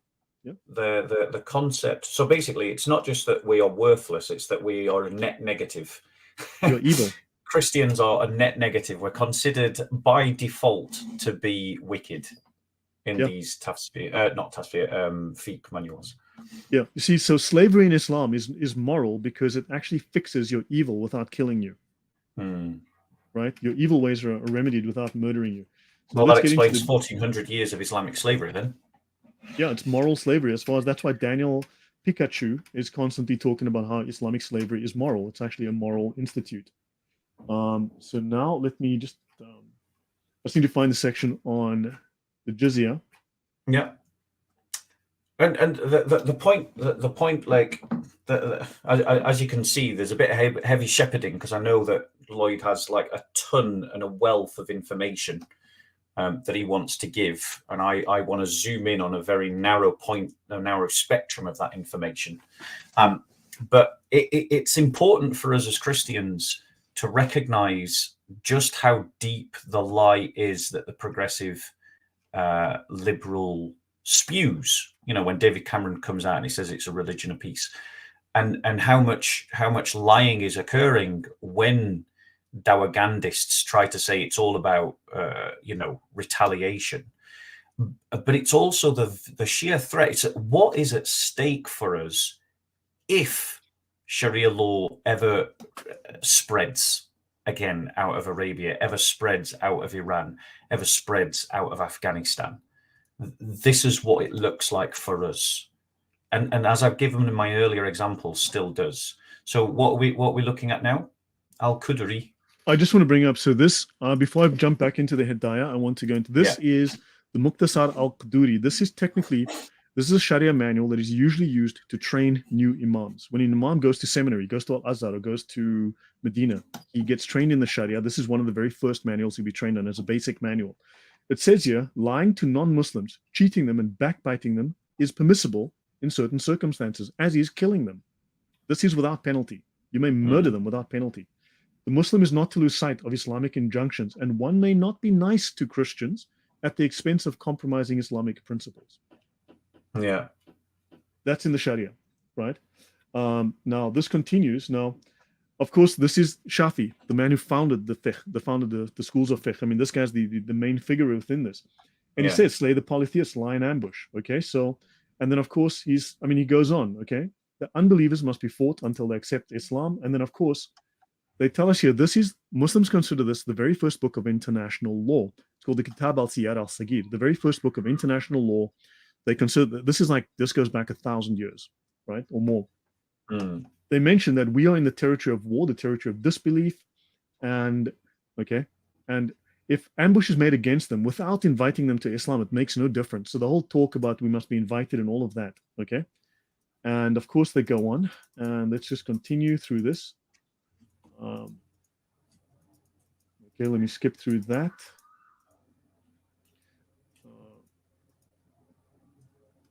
So dhimmis, okay, where they're not dhimmis, this is man, but so cursing unbelievers is allowed. You may curse the unbelievers because they deny the truth and are hostile towards the deen and its people. Okay, we may be cursed, right? And of course, sorry, go back up. Does it say because we also drink wine and we consume usury? Yeah. Right. So it's basically saying that because Christians don't view alcohol as haram, we can be cursed. Yes. Yeah. I hope you're taking notes, guys. I hope you're seeing this. It's because of very normative Christian practices. You know, it's not like Christians celebrate getting drunk in the street. I know lots of Muslims seem to think that. It's just the fact that we drink wine in church, you know, or we drink wine at a family meal. Actually, you know what? I will talk briefly about that. But the Prophet has said, whoever slays an infidel is entitled to his property. So actually, let me bring up something here. But I guess what I'm trying to get you to focus on, Lloyd, is after the war, not during the war. So let me jump ahead. Yes, you're but right. after the war, how are Christians treated? That's the bit I want to focus on, because I think in terms of our dialogue, and whilst you find it, I'll just explain why I keep trying to zoom in on that bit, is because for Christians, as part of our discourse around the very question of Islam, we would often be criticized for opposing more Islamification in our society. We've got to be able to validate our reasons for opposing Islamification and for opposing Islamization. And the best way that we can do that is to demonstrate what it leads to. And the reason why we can demonstrate what it leads to is by looking at what it led to in the past that's considered a celebratory period in Islamic history. So it's a good example. And then seeing that many of these lines of discrimination are continuing into the present, which is why I'm trying to make constant references to recent history or to historical or to what's going on in the world today. Yeah. So they spoke of we may be cursed. It's possible, it's permissible. In fact, it's obligatory to curse the Christians. This is a standard polemics manual that is very popular. It's probably the first or second most popular polemics manual in Islam that teaches Muslims are taught about Christianity from this manual, and a couple like it. The Christians chose a way of prayer during which the most devoted would consider it no great matter if he happens to have past urine dripping on his thighs and legs. So if we would, in the church, pray while peeing on ourselves with urine dripping down our thighs and legs, right?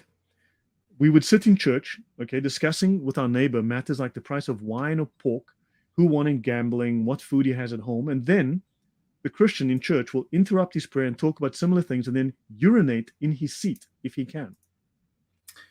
So this is the kind of characterization of Christians. When is this dated to? This would be about the 12th, 13th century. So this is the kind of Christophobic characterization that was permeating amongst the Muslim community as knowledge. I'll do this and I'll jump straight into strictly the jizya aspect. Okay, the last half I'll do just the jizya. This is about Jesus. Okay, They say that our religion is based on the false idea that the God entered the vagina of a woman who eats, drinks, urinates, evacuates her bowels, and menstruates, then Allah got attached to the inside of her abdomen and dwelled there for 9 months, wobbling between excrement, urine, and menstrual blood. All three of these things are the vilest of things, which will take away your sacredness in Islam. Yeah. Right. So Jesus, basically, we've turned Jesus into a vile, cursed creature, according to them. Right? Our Jesus is a vile, cursed creature. This is what they say, and we in ourselves in church. Okay, so now, within the section on jizya itself, capitation tax is due only in lieu of destruction. Destruction meaning death. It is the option between paying this or dying, right? Capitation tax serves as an aid to the troops. Now they've conquered you, and now this is explaining what and why. This tax is an aid to the war effort against other non-Muslims so that they can continue their warfare. Capitation tax is due in lieu of assistance with person and property. So you're not giving your life and property. Capitation tax is to be imposed. The jizya is imposed, okay? Because this is mentioned in the Quran. It is imposed as a return from the mercy and forbearance shown by the Muslims. It is a substitute for that destruction which is due upon infidels. You are worthy of death, and they are being kind by allowing you to go bankrupt because they aren't killing you right now. The assistance with which every subject of the Muslim government is by law commanded to give towards carrying on the war with the infidels. That's why they need to get the jizya from you. So what about so do we have any more about how Christians need to be treated on the daily basis? Yeah, they do speak about this. So let me run forward. Okay, they say here, obviously we've mentioned this, it's a species of punishment. Yeah. And first, capitation tax is a punishment inflicted upon infidels for their obstinacy and infidelity. Okay, whence it cannot be accepted of the infidel if he send it by the hands of a messenger. He must do it personally, but it must be exacted in a mortifying and humiliating manner by the collector, sitting and receiving it from him in a standing posture. According to one tradition, the collector is to seize him by the throat and shake him, saying, "Pay the tax, you dummy." It is therefore evident that capitation tax is a punishment, and where two punishments come together, they are compounded in the same manner as the had punishments, right? Secondly, capitation tax is a substitute for death. It is a substitute for destruction because infidels are liable to be put to death in the future. So one of the things. Go on, bro. I'll let you finish your point. No, I was just going to say, one of the arguments that I often talk to try and make this point at the corner is that the life of a Christian is worth less than that of a Muslim. Now, I don't know if amongst your many pages, you know exactly where to go to demonstrate that. It would take me a moment to find it, but it is stated. Yes, it is stated. Yeah. If you can take a moment to find it, if that's possible, that would be great. Because I think the case that we're trying to demonstrate is that in all these different manuals of how to implement Sharia from a golden age of Islam that is celebrated by today's Muslims, Christians are to be punished. They're made to be second-class citizens. They're meant to be treated badly.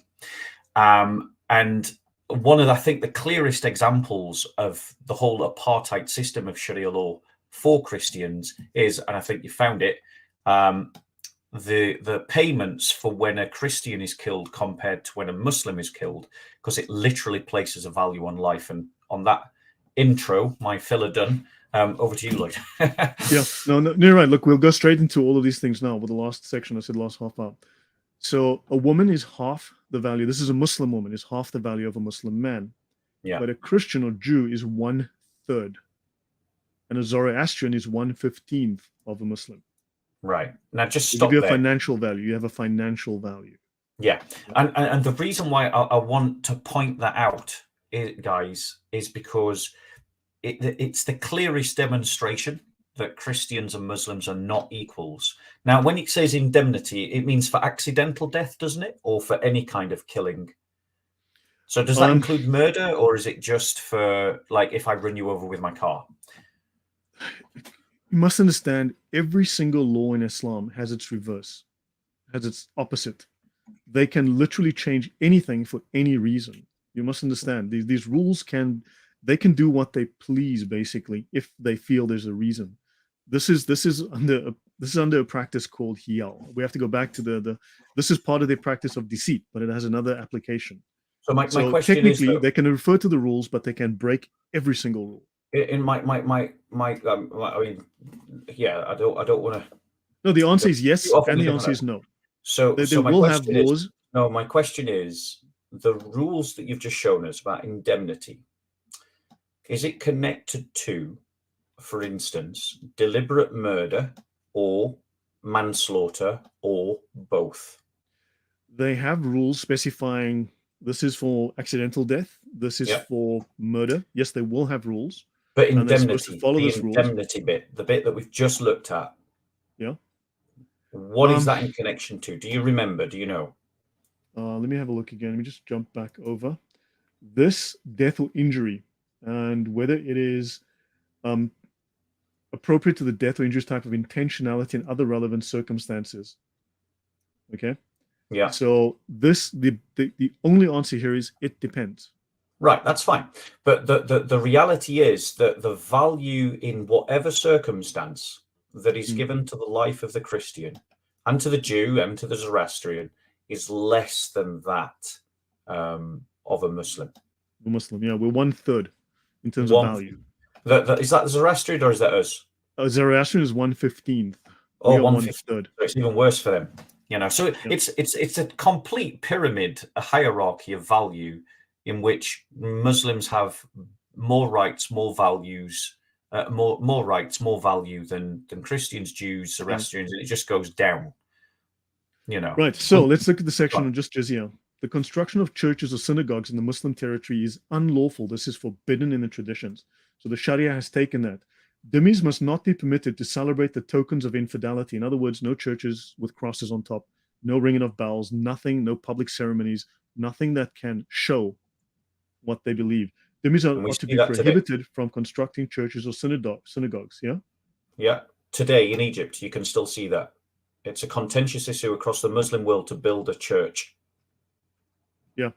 Dhimmis are prohibited from constructing churches or synagogues in cities or villages because the Prophet has said two religions cannot be professed together in Arabia. The distinction between Muslims and dhimmis is both in dress and equipage.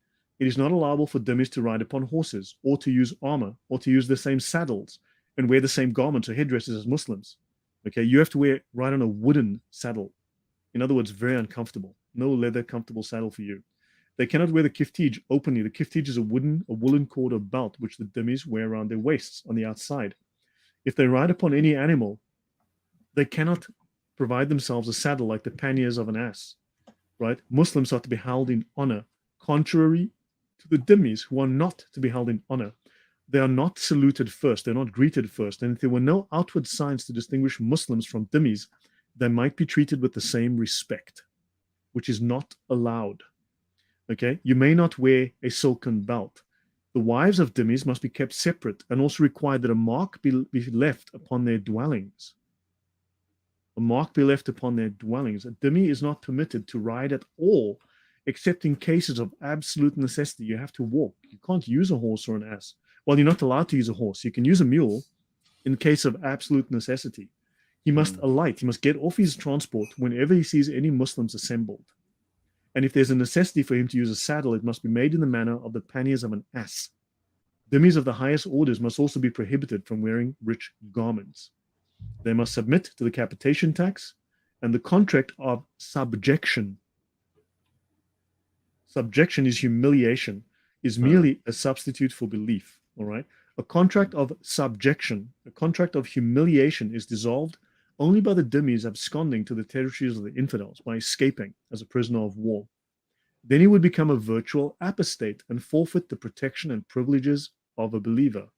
Oh wow! So if a Christian flees from a Muslim country, and then the Muslims conquer that territory again, the known Christian that fled from a previous is an escaped slave. Oh wow, that's horrendous. Right. A dhimmi, upon breaking his contract, is stands in the same predicament as an apostate. If you break your contract, you become like a Muslim apostate. He's condemned to death, okay, in the same manner as he holds in the rule with respect to apostates. The dhimmi, if the dhimmi is made captive, he is a slave, right? Yeah. So basically, when you become a dhimmi, you're a slave. Technically, you're a semi-slave. You're a prisoner of war. However, if Muslims enter your territory and they conquer your land and they make you a slave, your marriage is immediately dissolved. Your wife becomes the property of whoever captured you, and your children become his property too as slaves. Okay? Of zakat, twice as much is levied upon the property of Christians as is levied upon Muslims, because Omar made peace with them upon this condition. And in the presence of other companions, none of whom disputed it. So you pay twice the tax. Twice as much is taken from the women of the Christians as from the Muslims, because the above peace established the taking of double zakat, and zakat is incumbent upon women. Right? This jizyat, a name in whichever you please, jizyat or zakat. So notice, zakat is jizya. Jizya is zakat, for Christians at least. It means the same thing. Okay?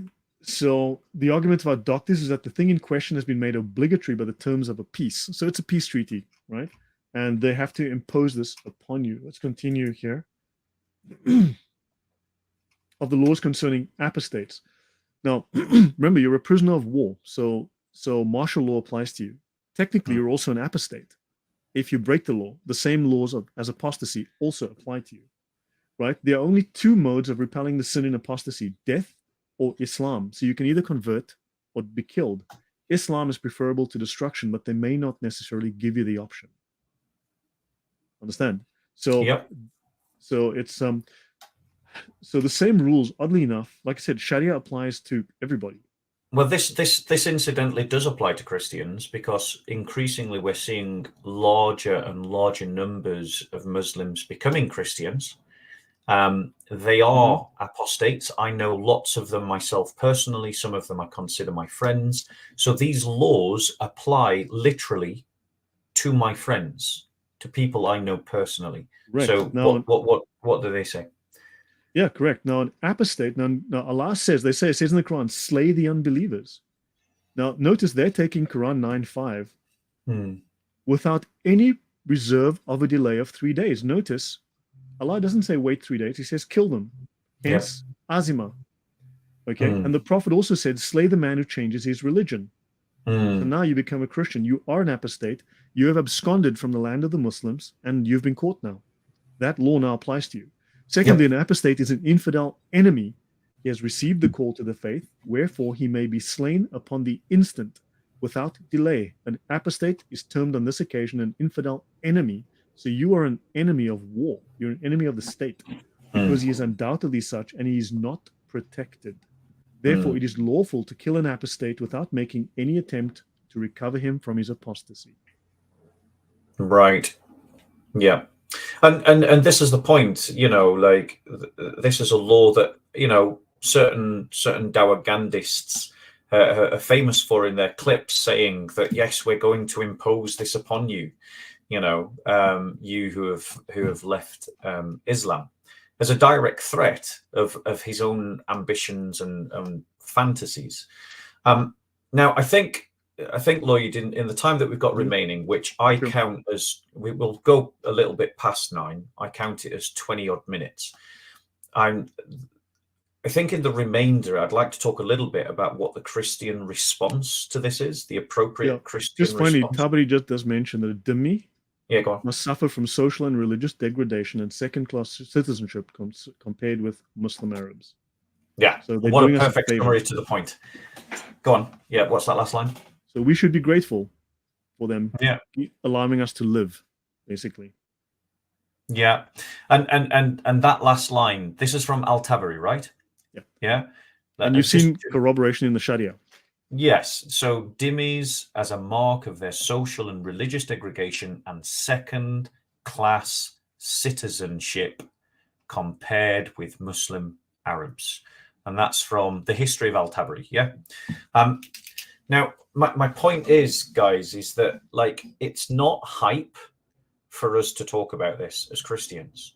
this is a real experience of Christians down through 1400 years. Go and speak to the Assyrian Christians. Go and speak to the Coptic Christians. Go and speak to the Pakistani Christians. You know, I'm in communication with Christians from around the world. Christians in Egypt, some of the laws that you heard about churches and buildings are still being applied on Christians today. We saw when ISIS erupted in the Middle East how they enslaved Christians and imposed the jizya tax, how they tried to wipe out an entire religious group. Christians in Pakistan are constantly complaining that they can't get the only kind of jobs that they can get are low status jobs, low social status jobs.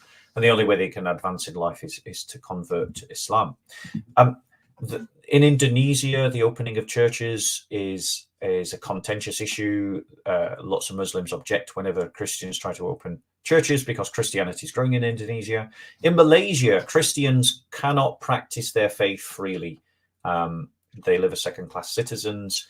Most of them are ethnically Chinese. In Saudi Arabia, Christianity is illegal. In Qatar, where we celebrated the World Cup, Christians make up about 13% of the population. They don't have equal rights with Muslims. Their churches have to be in segregated compounds, out of sight, invisible to the local Muslim community, and Muslims can't even go inside. So we're not talking, even though Lloyd has brought in textbooks, classical textbooks, celebrated textbooks by renowned Muslim scholars in a golden age of Islam that are still quoted by Muslims today, in an age that Muslims celebrate, we can see examples today of the same thing happening. Apostates are killed in Saudi Arabia. Apostates are killed in Iran. They are killed in the Islamic world. So we're talking about where is that energy coming from? And we're demonstrating where it's coming from. And I want to now sort of move our conversation into what, as Christians, are we obliged to do? You know, and I don't know if you've given any thought about that, Lloyd. What do you think as Christians? Well, we should have be a look doing? here. Before you mentioned, okay, they've conquered us, right? But they haven't yet imposed the jizya. Yeah. If the Muslim army subdues an infidel territory before any capitation tax be established, the inhabitants with their wives and children are all plunder and the property of the state, as it is lawful to reduce to slavery all infidels. Wow. Steep, man. Right? So And they were doing that. They were doing that all the way through the Ottoman Empire. That Islamic empire that is celebrated by Muslims today was doing exactly that. So understand. Let me stop sharing here, maybe. If anything comes up, but hopefully I've made the case. I mean, there's more that I can throw at you. There are more pages. I've got plenty more references I can bring up. I've got other books that corroborate the same thing. We can go through different sources. Yeah, and forgive me for trying to really, I know I was trying to really shepherd you in your presentation, because I kind of feared that this would happen, that you would have all this information, and I'm just trying to get a certain... No, we need to, look, if you ask me, we need to know our religion very well, because Muslims are taught to see Christianity as evil, as the religion of Satan. Yeah. They are taught to hate Christian doctrine. They're taught to actually despise Christians. I mean, now this is not to say every single one does, but enough of them do, right? And also, it is in their doctrine to do so. This is their legal doctrine. This is what they're obligated ultimately to believe and will believe once Islam is imposed fully. This is why there's such discrimination in the Middle East. We need to know our doctrine. We need to know their doctrine. We need to know their doctrine better than they do. We need to be able to defend our faith. We need to show them, look, these are the facts of your deen. This is consistent across every school, every major scholar. There is no discrepancy here. This is what it is. There is no nice Sharia. None such nice Sharia exists. We need to make this public. We need to talk about it. We need to say, make Muslims answer for it and explain to us. Yeah. And I think also we need to train people in understanding Islam, not the Quran, not the Hadith, in the Sharia. And we need to train people to go out there as missionaries and to go and convert as many Muslims as possible, starting in our own cities, in our home cities. Amen. And I think also it's about understanding what the consequences of simply accepting more, you know, the sort of step inch by inch Islamification of an area. You know, like if you accept any kind of Islamification, then what you do is you make the next step of Islamification easier on top Correct. of that. And I think Christians, we've demonstrated why you should be aware of what the danger is of just rolling over to that. But I want to show, like, from Scripture, what the Scriptures actually teach about this. So I'm just going to read some Scriptures, and then, you know, I'll read a few, and then maybe we'll talk about them. So I'll read 5. So he who justifies the wicked and he who condemns the righteous are both alike an abomination to Yahweh. That's Proverbs 17:15. Micah 6:8. He has told you, O man, what is good, and what does Yahweh require of you but to do justice, to love kindness, and to walk humbly before your God.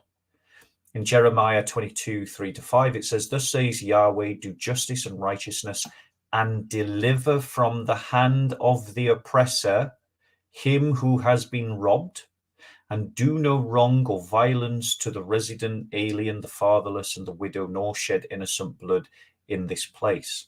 For if you will indeed obey his word, then there shall enter the gates of his house kings who sit on the throne of David, riding in chariots on horses, and they and their servants and their people.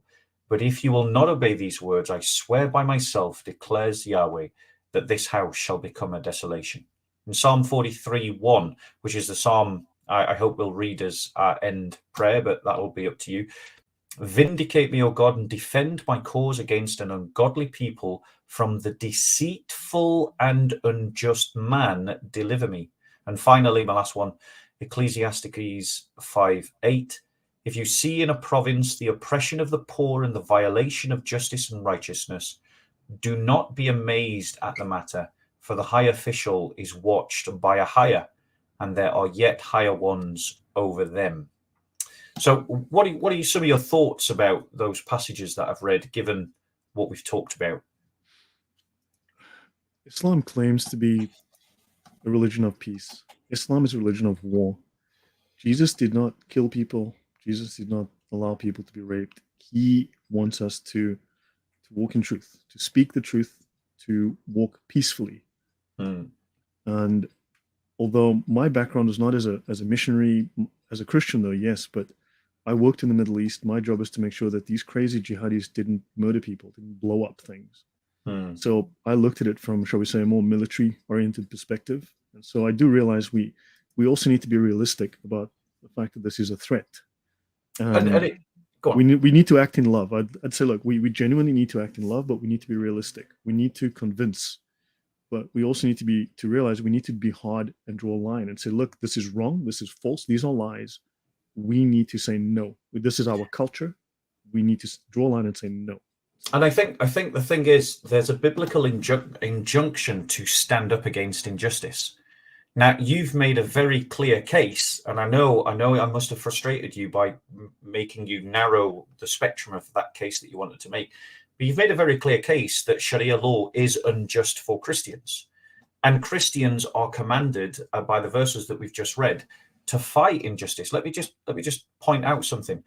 It says in Scripture, do justice in Jeremiah 22:3-5. It says, do justice and righteousness and deliver from the hand of the oppressor him who has been robbed.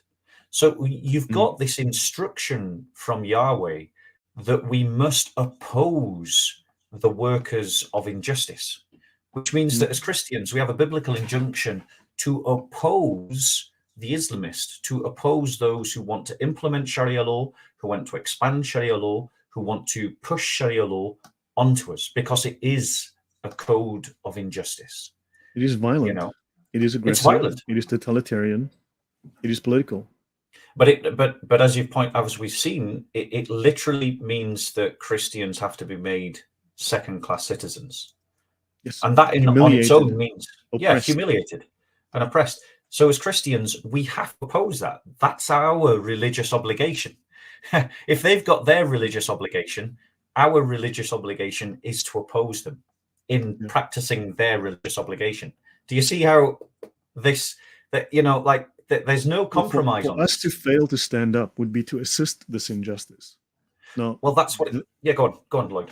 They are told the main doctrine in Islam is called commanding the right and forbidding the wrong. and without getting into it, it commands violence to get their way. Now we have to realize we are going to suffer for doing so, and we are warned biblically that this is the price that we will pay. But that said, we have to step into the breach here. We need to, because we are genuinely standing against evil, and and so yeah, it's we have to accept this risk and deal with it. Amen. Amen. And I think, this is where the theology of the cross comes in, and being inspired by the martyrs and the confessors, and recognizing that, Christians all the way through most of non-Christian history were the bad guys. We were the criminals. We were the ones hated on the edge of society, but we did what was right anyway. And it says, because we've got a lot of bishops that buy into this kind of liberal agenda, and we got a lot of progressives that will whitewash the kind of things that you're talking about and demonstrating, and that we see still happening in the world today. But listen to the words of Proverbs 17:15. He who justifies the wicked and he who condemns the righteous are both alike an abomination to Yahweh. So all of these bishops and politicians and celebrities who are trying to whitewash the things that you've demonstrated in your presentation, and who condemn Christians like me and you, in Proverbs 17:5, you're on the wrong side, Your Grace. You're on the wrong side, politician X, Y, and Z. The wrong side of history, the wrong side of the line of right and wrong. And the thing is, you can't look at an oppressive system and celebrate it. You've got to look at an oppressive system and call it out. Obviously, politically, a lot of this is beyond our pay grade, but quite honestly, we all can speak. We can take screenshots of this. We can download these resources. We can show these to people. We can talk about them. We can raise this conversation. Yeah. Because we need to get this out in the open, and we need to say our way is a better way. One, we need to undermine their position because it is worthy of being undermined, because it is evil. And we need to show, because with our knowledge of what we believe, that we have a better way. Amen. And to sort of draw that out, I would just point out again what it says in Jeremiah 22:3-5, where it says, and contrast that with the presentation that Lloyd just showed, with all the evidence from the various different books of fiqh. Sharia. Yeah. It says in Jeremiah, it says, and do no wrong or violence to the resident alien. So that means the foreigner, the unbeliever, the non-Jew, the fatherless, and the widow, nor shed innocent blood in this place. Compare it to what it says in Leviticus 19:15. You shall do no injustice in court. It uses the example of the poor. You shall not be partial to the poor or defer to the great, but in righteousness shall you judge your neighbor. So, Christianity is, we're singing from an entirely different hymn sheet. Everyone has an equality. The very idea of equality under the law is a biblical concept. Whereas, as you've demonstrated, Lloyd, equality doesn't exist under Sharia law. There are differences. You are valued differently. You are punished and treated differently. It's two legal principles that are facing in completely different directions. You're an item of commerce in Islam. You are worth money. And if you're not worth money, you are dead. Yeah. And in the Christian faith, you're worth something because you're made in the image of God. Of God. Yeah. I want to read another verse, because there's a lot of soy boy Christianity. By the way, I love the bell. I've got so many jokes that I could make right now, but I'll not. In Proverbs 31:8-9, it says, "Open your mouth for the mute, for the rights of all who are destitute. Open your mouth, judge righteously, defend the rights of the poor and the needy." And in Proverbs 29:7, it says, "An unjust man is an abomination to the righteous, but the one whose way is straight is abomination to the wicked." Now, isn't that interesting? That we are an abomination to Islam, but they are the ones that have these manuals teaching unrighteousness and injustice. And they say we're wicked for opposing them. Understand, this is why Sharia is a secret. This is why it's illegal for Muslims to discuss it, to reveal it. So I think Christians, I think that Christians need to organize themselves and to take seriously the injunction to sort of stand up for the Christian, for our sense of justice, and to oppose this sense that what is clearly an injustice, you know. And I don't think individuals like me and you, I don't know what you think about this, but individuals like me and you, we can only do so much. But really and truly, it's when we all start organizing as a mass that will be far more effective. You know, something someone once said to me when I said, look, we're 1, 2, 3, 4 of us, a few of us. And someone said, hey, Jesus only had 11 people. Takes 11. Yeah. But he did have 11. You know, there was organization there. Like, and in fact, at the end of it, I mean, if you think about it, there was one point when everyone ran away in fear and he only had 1 or 2 still around. Even Peter denied him, right? Amen. So, I mean, but if you inspire others, you can change the world. And it's time that we tell people these are the facts about Islam. This is black and white. These are the greatest scholars in Islam to ever live. This is their law. This is what they will impose. Show me if there's another law. Show me. I would love to see it. There is nothing. Yeah. And I like, and the thing is, you know, like, if these are the writings from a golden age of Islam, I know Muslims are quoting some of the scholars that you mentioned. They quote them. I've heard them quote them in mosques. So these are not outdated scholars. Like, I've heard sermons where these scholars are still being quoted. And when you look at what they write about how Christians should be treated, well, if Islam ever gained dominance over a society, we don't have to look far to see how Christianity would be treated, because we have examples still today. Go and speak to the Coptic Christians. Go and speak to Indonesian Christians. Go and speak to Assyrian Christians. Go and speak to Pakistani Christians. Go speak to the Zoroastrians from Iran. Yeah, they've nearly been wiped out. Yeah, totally. And we are called to speak up for them. Like, we're speaking up for the Zoroastrians. There aren't any Muslims coming on and saying our treatment of Zoroastrians has been awful. It's the Christians speaking up for the Zoroastrians, and the Zoroastrians are speaking up for the Zoroastrians. And the crazy thing is the Muslims believe they are doing good. They believe they are being righteous. They believe they are doing holy work. Yeah. And they are allowed to lie about it as much as they want. If you read their doctrine on lying, they can lie for any reason at any time for anything. Yeah. I just want to read a couple of more biblical verses, because I really want to point out to people who might be watching this, is that as much as Muslims have their religious responsibility to impose this kind of law upon us, if you read the Bible, we have a religious duty to oppose Sharia law.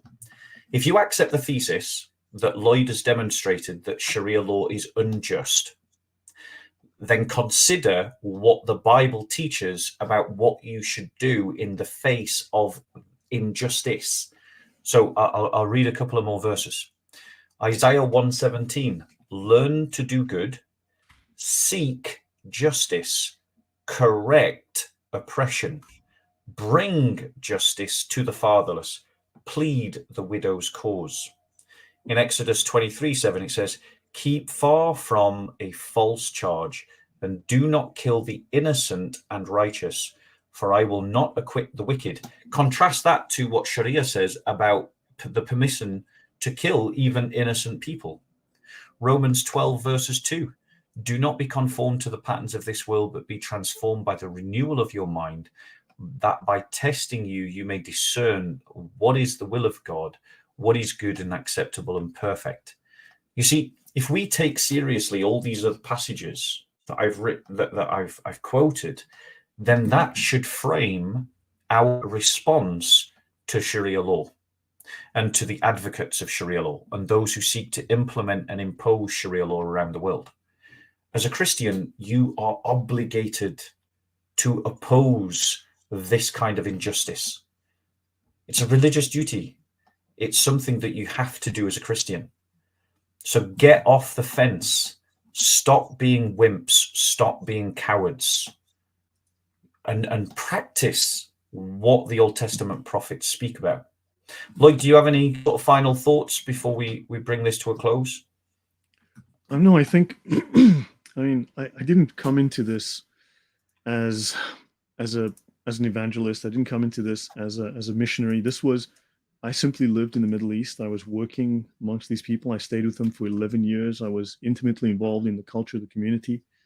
I learned a lot about Islam, but I wanted to know why the dysfunction question. So I studied.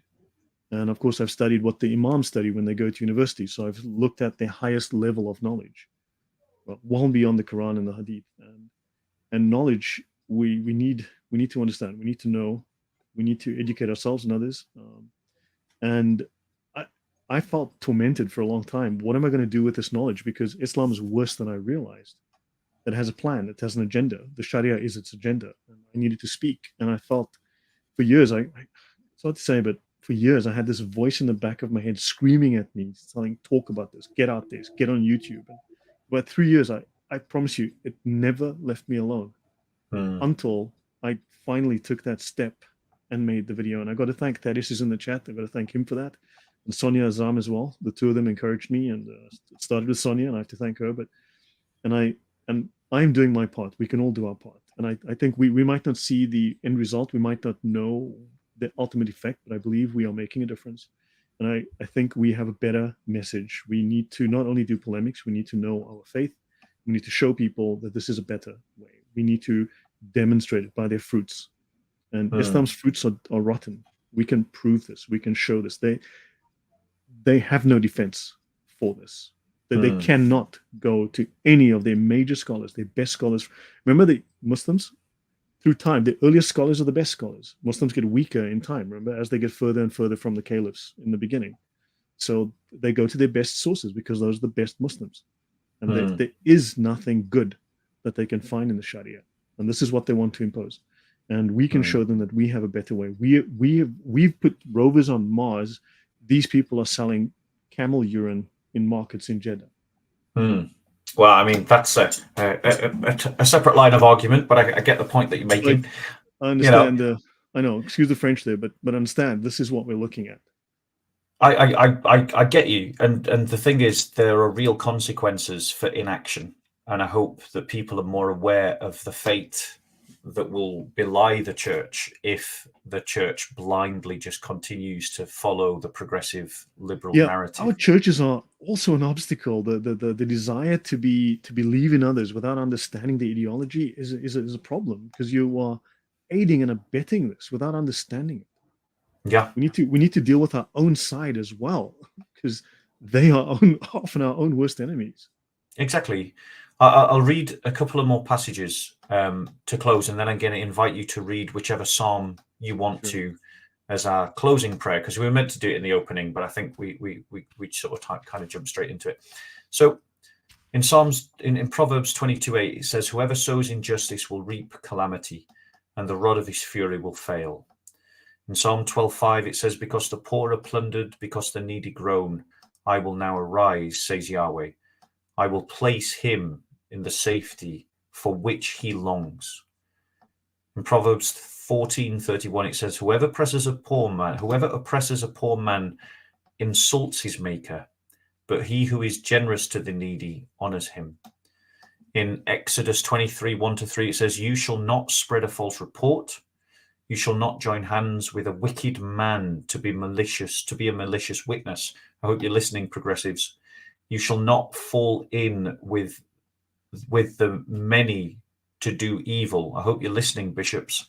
"Nor shall you bear witness in a lawsuit, siding with the many, so as to pervert justice. Nor shall you be partial to a poor man in his lawsuit." Now notice that it says, having incited people to defend the poor, it says you won't even distort justice to help the poor. In Zephaniah 3:5, it says, "Yahweh within her, the Lord within her is righteous. He does no injustice. Every morning he shows forth his justice. Each dawn he does not fail. but the unjust knows no shame. I can't resist one more. Therefore, because you trample on the poor and you exact taxes of grain from him, you have built houses of hewn stone, but you shall not dwell in them. You have planted pleasant vineyards, but you shall not drink their wine. So that's God pronouncing judgment on people who have ill-gotten gains from the oppression of others. And that's exactly what jizya is. So I'll leave that incitement to rise up and to defend what is good and to oppose what is evil that we've got from the Bible. I want to stress, obviously, we mean within all legal means, nothing illegal by that. And also, if just in case people don't pick it up, both me and Lloyd are very clear that we don't believe or think that every single Muslim but does or believes what Lloyd has demonstrated in his books. We're just pointing out that that's what Islam teaches, and that's what their scholars thinks Islam requires.